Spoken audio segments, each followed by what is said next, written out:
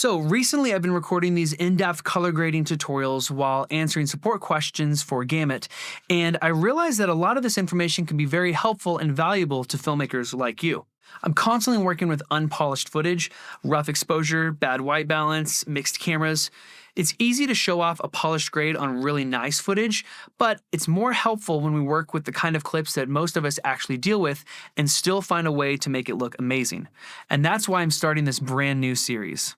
Each video will be raw, mostly to screen recordings, and directly tied to actual questions we get from filmmakers like you.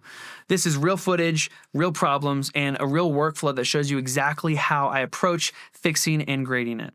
Every episode is designed to teach you something practical that you can apply immediately, whether it's a grading trick, a smarter way to work with mixed cameras, or if you just want to see how to clean up a tough shot.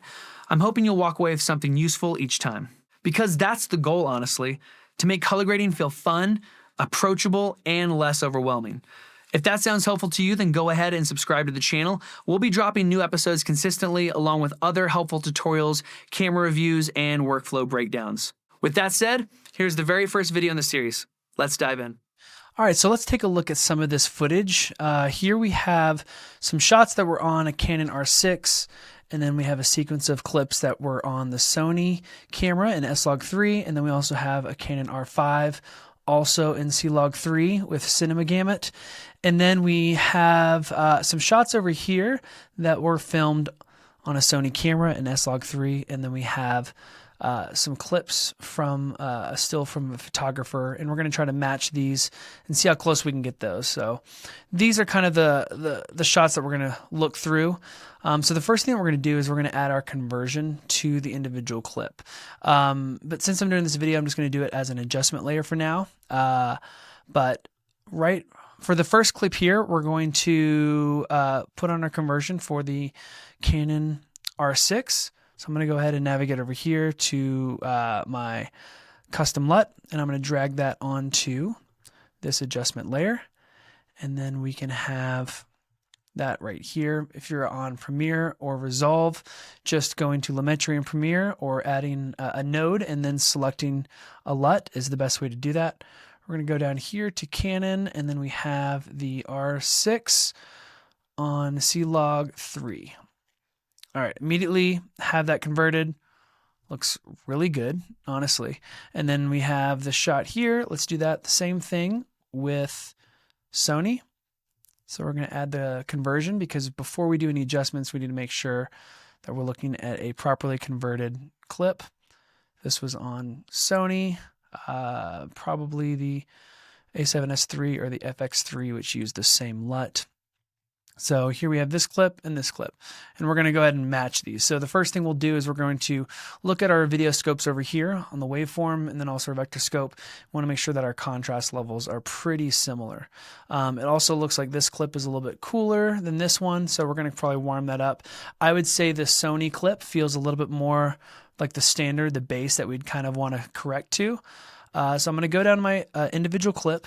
I'm going to go over to my color wheels, which will work and apply just the same as Resolve and Premiere for the most part. And let's take our shadows and kind of just bring them down a little bit further. And then our midtones. Just wanting to make sure I don't want to crush this dark region over here.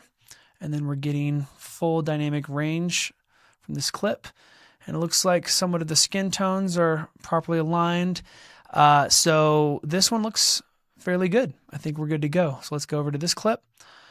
We're going to do exposure first, so I'm going to pull down midtones.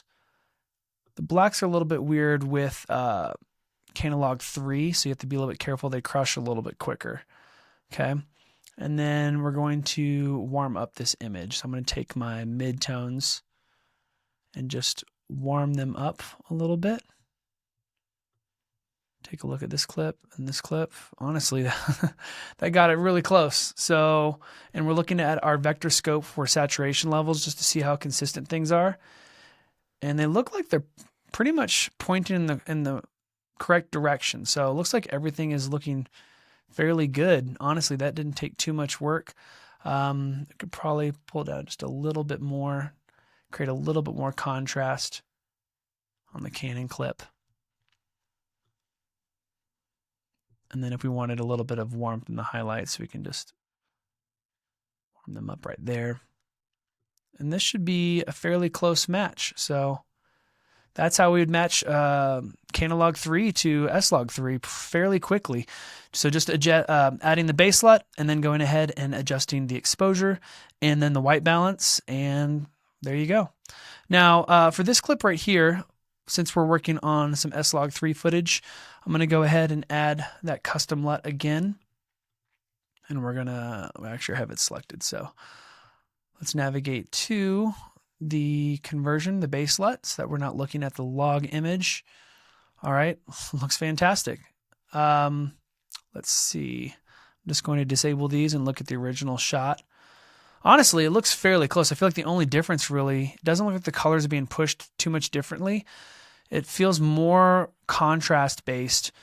That is a little bit different. So we're looking at the shadows a lot further closer to 0, and then we have the highlights right up to 100. So pretty much maximizing all that. Now we're not going to do that on the adjustment layer. We're going to do that on the individual clip because different clips are going to perform differently. So I'm going to go over to my color wheels again. I'm going to pull down my shadows, and then I'm going to lift up my highlights. Okay, I don't want to crush anything, but just kind of getting that, you know, spread out so you can see before and after. And then if we're to disable that, honestly, that almost feels like a perfect match.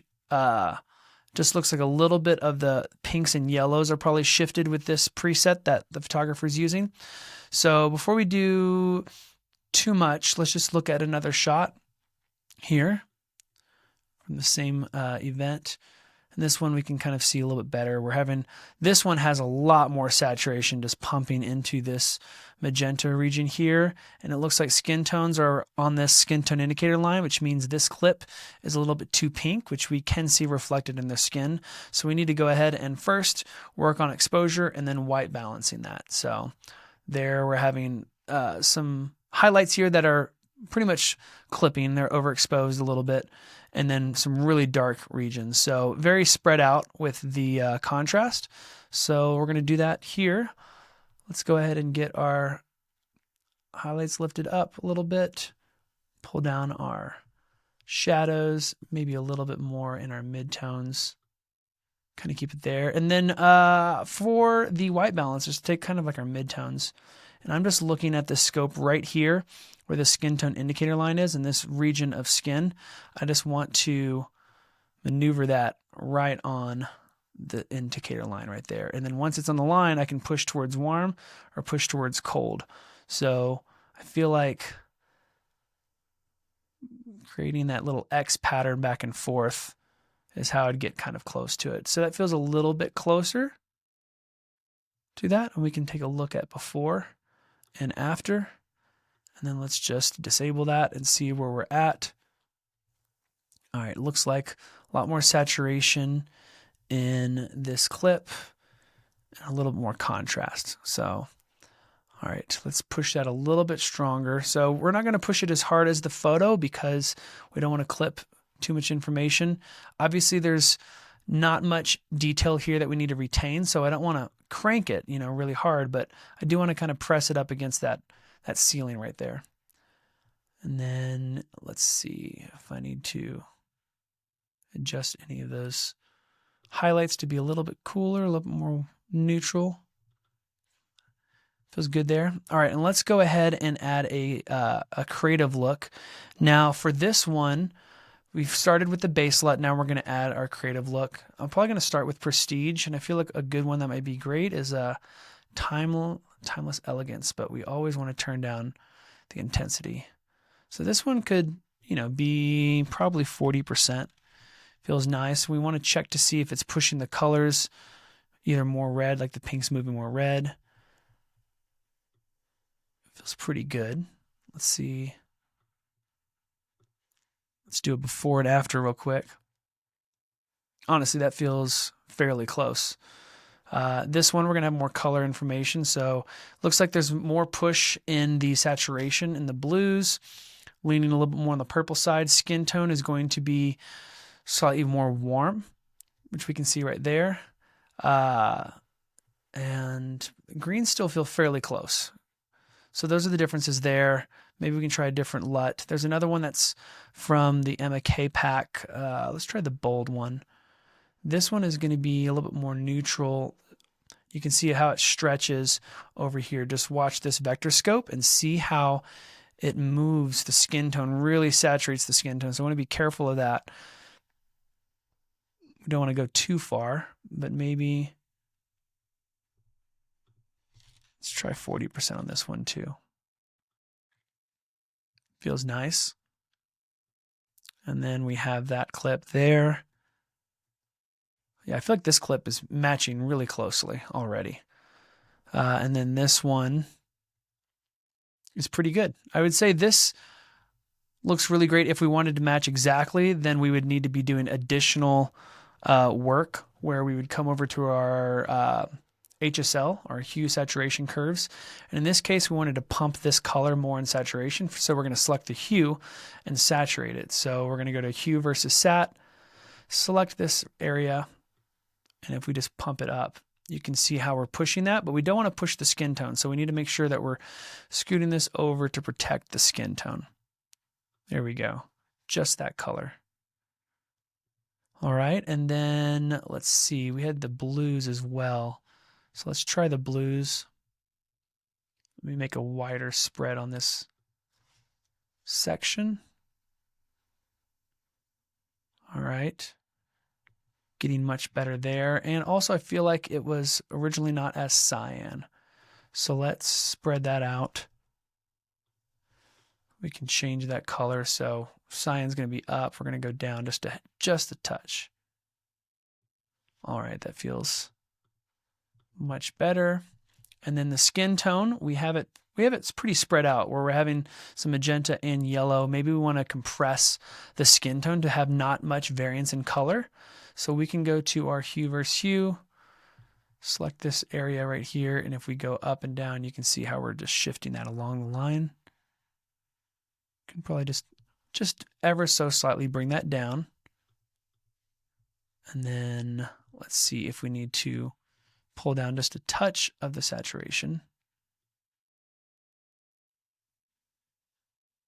Right there feels good. That's if we're trying to match this specific photo. So here they're more yellow skin tone. We're having more saturated, darker area of this blue. So we might need to pull down some more midtones in the contrast of this clip. There it gets that blue there, and then we'd want to lift up the highlights. So kind of do that gently. Okay, and then maybe we take out a little bit of the saturation in the midtones right there, which is where skin tone lives. And then we can just slowly move that a little bit to the warmth section right there. All right, that feels much better. So then we have, here is the before and after. We're trying to match those two clips. Look really good. And then over here for this clip, where we're keeping the colors still pushed in the same direction, which is important because the dress was that color. We don't want to move it too red. So different LUTs will do different things. So you want to make sure that you're choosing a creative look that will reflect the color palette of that event that you're covering. So again, we could probably switch over to Timeless Elegance on this one and still get a pretty cohesive look there. All right, lastly, let's take a look at some of these clips. All right, so this is all S-Log3, just analyzing the shots, and then over here we have the R5. Let's go ahead, add a conversion, our BaseLUT.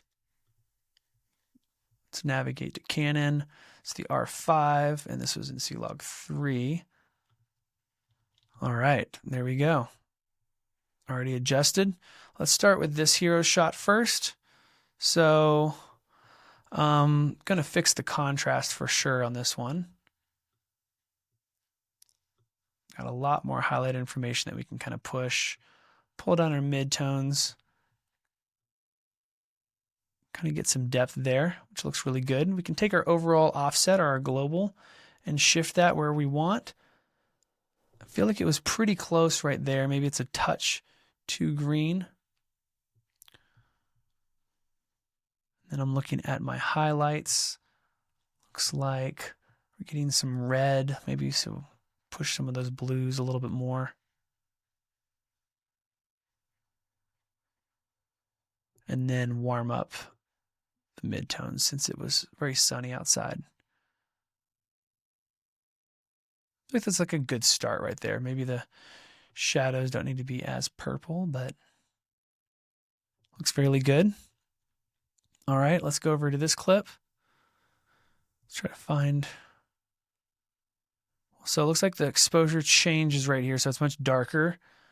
So we want to choose a clip that's going to be even. So this feels kind of like the brighter clip that's going to be matching this one a little bit more. So already they're pretty close. I would say we just need to adjust the highlights a little bit. And then, oh, get some adjustments already done. Let me reset this adjustment. Okay, so we're going to get this highlights up, pull down some midtones, crank down the shadows, kind of build that contrast into there. Let's warm up those midtones, cool off those highlights a little bit. Let's see where we are at. Honestly, that feels like a pretty good match. I feel like the greens are pointing in the same direction, which is important. So back here, we're getting a little bit different blues, but it's because of the shadow and further back clip here. So, but for the most part, I feel like that's a pretty good match there. So that's how we'd match Canon Log3 from the R5 and then the S-Log3. And then lastly, I saw these two clips. So what's interesting about this is I was scanning through, and this shot looks like it has like a pro mist filter of some kind on it.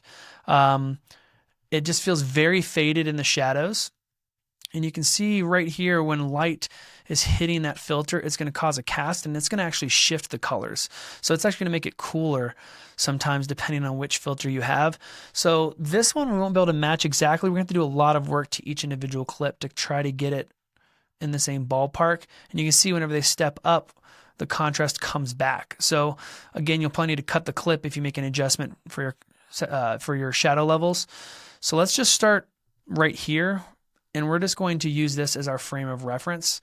Again, the first thing we're going to do is our exposure levels. Let's kind of get this. I'm focusing on skin tone. Skin tone looks like it's right on the line pretty much already.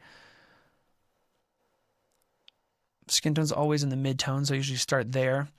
The whites, I'm looking at right the scopes. So we have this blue hump, which is pretty much this area of the dress.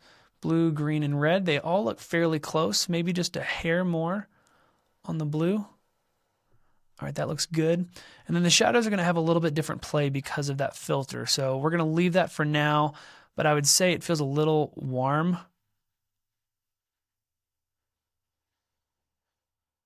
Probably play with it somewhere around there, but I'm going to just reset it for now. So we're going to use this as our standard, and then we're going to come over to this clip and work on this one.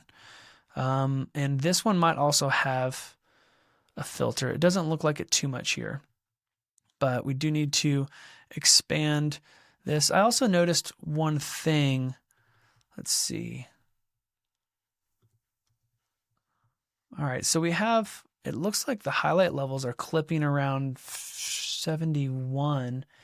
And I feel like what's interesting with Canon Log3 on the R5 is that you have clipping levels for Canon Log3 that should be right around 100. So if you're filming in Canon Log3, your highlights should clip at 100 all the way up here, which means you should have all this information here. And then the black levels should be clipping around, I believe, 12 on the IRE scale, which is right about here. So if we're to scan through and look for any of the darkest spots, it looks like it's lifted, which means there's probably a filter of some kind on. And then if the highlights, if we're not getting anything brighter and it looks like it's clipping, that is usually because sometimes if some cameras allow you to film under your native ISO, it will start dropping your highlight clipping point. So on the Canon R5, you should be at 800 ISO, I believe. and that will allow you to have the most dynamic range. As you start going lower, say you go to like 100, your clipping point is going to start shifting down if you're allowed to do that. Some cameras allow you to go underneath your native ISO, some don't, so it depends on the camera, but that could also explain why we're losing a lot of highlight detail in the Canon shot. So just something to note here. All right, let's turn that back on. So we're going to have to compensate for that. So probably right there. We're just missing a lot of dynamic range that could be above that, but we're going to stick with that. Looks like we're not really getting much skin tone in the saturation coming through. Sometimes different filters can be causing color shifts and stuff. So we're going to kind of pump a little bit of the warmth into the skin tone here. And then the highlights, we're looking at the dress. I'm looking for this space right here, and it could be this hump here, here, and here. It's a little bit tough to see, but I would say I'm going to look at this section right in the middle with this red, green, and then blue. So it shows the blue is a little bit stronger. So this dress is more cool. So we can kind of try to offset that a little bit. All right, so now it's more white, it's less cool. And then our shadows are a little green and everything. Let's kind of push them a little bit on the blue side, which is closer to where that Sony shot was. So if you go before and after, then you come over here in this shot, you just have more life in the skin tone.